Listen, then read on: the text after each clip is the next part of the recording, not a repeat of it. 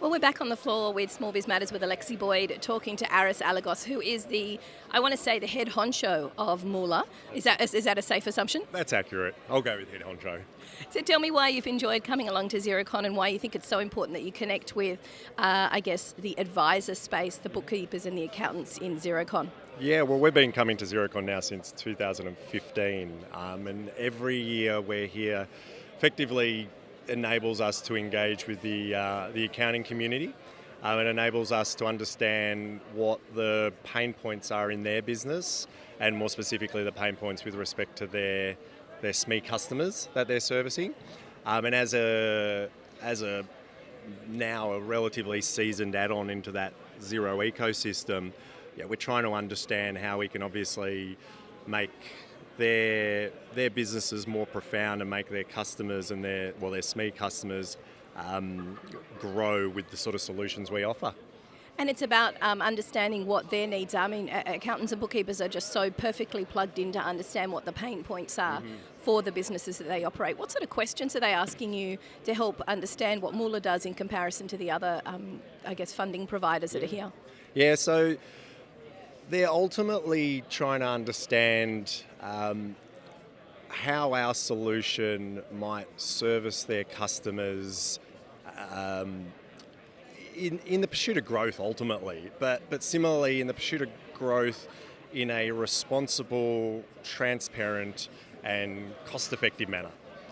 So there, as you rightly point out, there are multiple solutions out there that SME can go to enable them to grow and to facilitate funding. What the advisors and bookkeepers are effectively empowered to do is to provide a solution which is going to be right for their clients' businesses. And I think in our space specifically, what's ultimately the key is conducting an underwrite using the available data that we have, and the Xero API is a great representation of that. Conducting that underwrite to effectively provide a solution that A, can be serviced, i.e. it's responsible, B, the customer can understand, i.e. it's transparent, and then ultimately it has a real purpose in the growth of that business, as I mentioned before.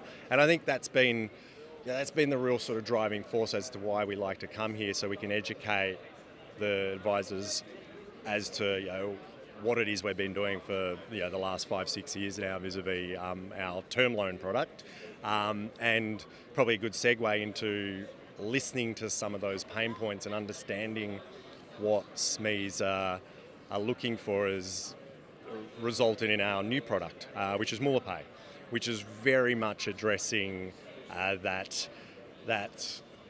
sort of shortcoming that is, even Xero's done research on it, that shortcoming vis-a-vis payment terms and businesses issuing invoices and effectively getting paid 30, 60, 90 days. Ultimately, 60% of them get paid late, put it that way.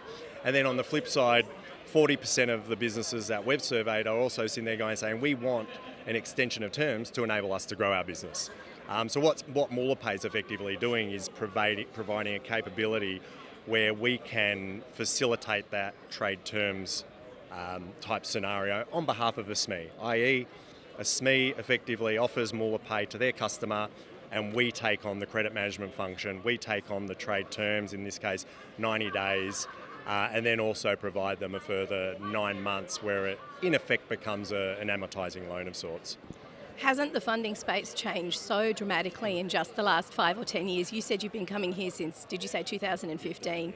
It's a really hyper-changing space. Only quite recently, Kate Carnell's the Australian Small Business and Family Enterprise Ombudsman released with Scott Pack a funding guide to try and help businesses get their head around how it all works. I understand that you had some input into that and you were helpful in getting that up and running? Correct. My team has a close relationship with Scott Pack. Similarly, we've worked with Kate Carnell in the past. We worked with Kate to put together a code of conduct to effectively self-regulate the industry. So both parties are known well to us, so they did come to us to effectively ask us for a bit of assistance in terms of framing the discussion with respect to that report and how it applies in the unsecured space.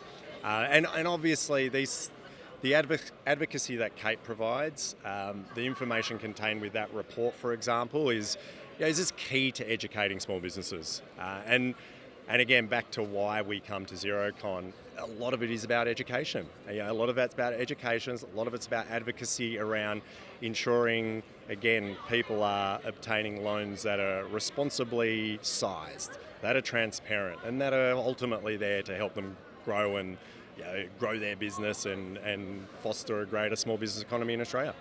Fantastic. Look, you fill a lot of spaces and you help with businesses with a lot of their pinch points as well. Thank you for joining Alexi Boyd on Small Biz Matters. I think we're going to speak again in the early new year, talking again. I'm sure in those 6 months, another huge changes will probably happen in the meantime when it comes to small business funding. It'll be great to catch up with you live in the studio as well, Aris. Thanks, Alexi. Appreciate it. Thank you so much for joining us. You've been talking to Alexi Boyd from the floor of Xerocon. We'll be back with another provider after this.